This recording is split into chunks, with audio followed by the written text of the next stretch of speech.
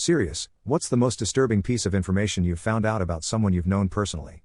He told me, we were in our late teens, that their family cat had kittens and they didn't want them, so he dug some holes. Buried them so that just their little heads were sticking out, and then went and got the lawn mower and mowed over them. I could never ever look at him the same way, and even now, I'm in my 40s, the memory of him bragging about it pops up and makes me feel really sick. I hope it's not true, but another friend told me that he showed her the little decaying bodies, so I'm afraid it might be.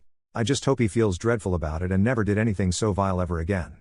When I was 12 years old, I had a neighbor and I would occasionally babysit for his kids. He only had one rule, which was don't go on his computer. Normal enough, right? Wouldn't want someone going through my things. Only, one of his daughter went on it and I saw weird pictures of girls. He swiftly moved away not even a month later.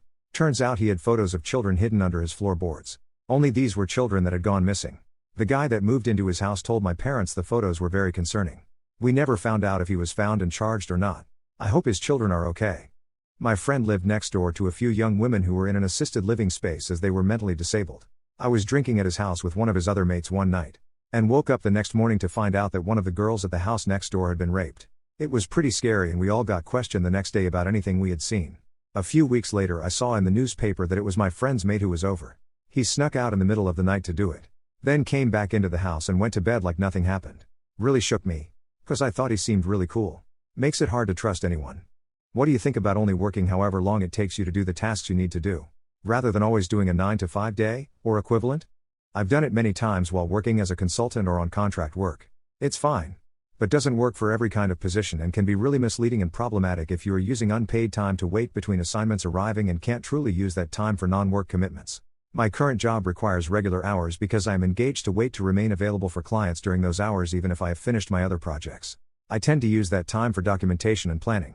I'm fine with that and am well compensated for both my active work and my planning/documentation/engaged to wait time. Depends on the job. I've definitely worked places where I have to work slow or fill the time to have something to do for the full shift. It'd be a lot easier to just work efficiently and leave when I'm done. But people may take advantage of that and skip steps or not do as good a job to get home faster, so if it's unsupervised work, I could see it getting out of hand really quickly. That's called a salary job, and if you have a decent boss, that's what your work life is like. I'm very thankful to have that situation. The problem is twofold. 1.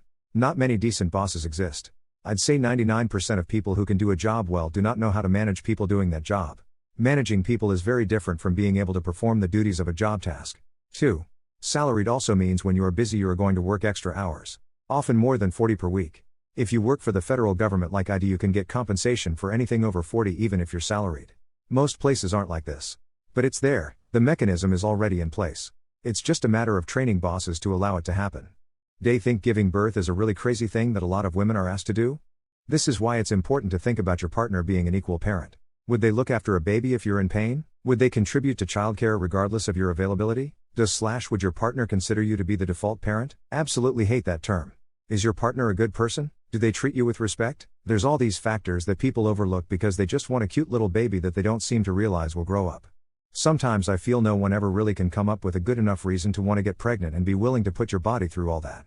It's either just societal pressure and being brainwashed into believing that that's the ideal next step in life after completing your education and getting a job and getting married. Or by accident.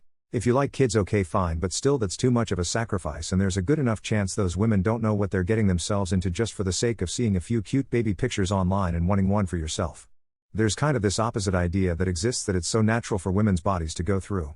And I admit I figured the same when I first got pregnant at 24. Turns out there's so many ways it impacts our bodies and literally changes us. It literally sucks all the vitamins and minerals from us. Some people suddenly have an entire mouth of cavities. I got carpal tunnel really bad along with sciatica that never went away after my pregnancy. There's plenty of life-threatening conditions that can happen too. It's definitely far from this totally natural thing. There's a lot of intervention that could be needed. I'm dying. I don't want to traumatize my son. How can I be brave in front of him? I'm in the UK. So this may be specific information to the UK. But there may be equivalent elsewhere. I work for a hospice. And we have a service for families who are affected by their family's diagnosis. We have support for the patient and for their children's tailored to what both need at the time. We are a charity and we are free for those who need us. We support people through difficult conversations with their children. And we continue the support after for children and families too. Please, look into it and see if there is a local hospice who can offer something like this too. Hospice isn't for the last few days. Our counseling and family services go so much further than that. Talk to hospice about your feelings and how to proceed. Not knowing your son's age, there are so many aspects to being brave, but a big show of bravery is what you're doing here. Being so concerned about how you leave another to where you reach out to strangers for concerns on your own death and how it will impact your loved one shows bravery. You're being brave by your question. I imagine the rest will follow suit as it finds you. Rest easy and do contact hospice. They can and will help. I don't know if someone already said this, but you could record yourself for your son to watch after your passing. Or little notes that he could read. And taking pictures of y'all together all the time. While you have left. It might help releasing a huge amount of the feelings and words you want to explain to him. Like how much you love him and enjoyed the precious time you had together. It would probably mean a lot to him having them when he's older. And can see your face and hear your voice again and again. It might give you some comfort. I thankfully never lost a close one. A parent. Or have any sort of illness that would take me over time, so I don't know how useful that IDS is though.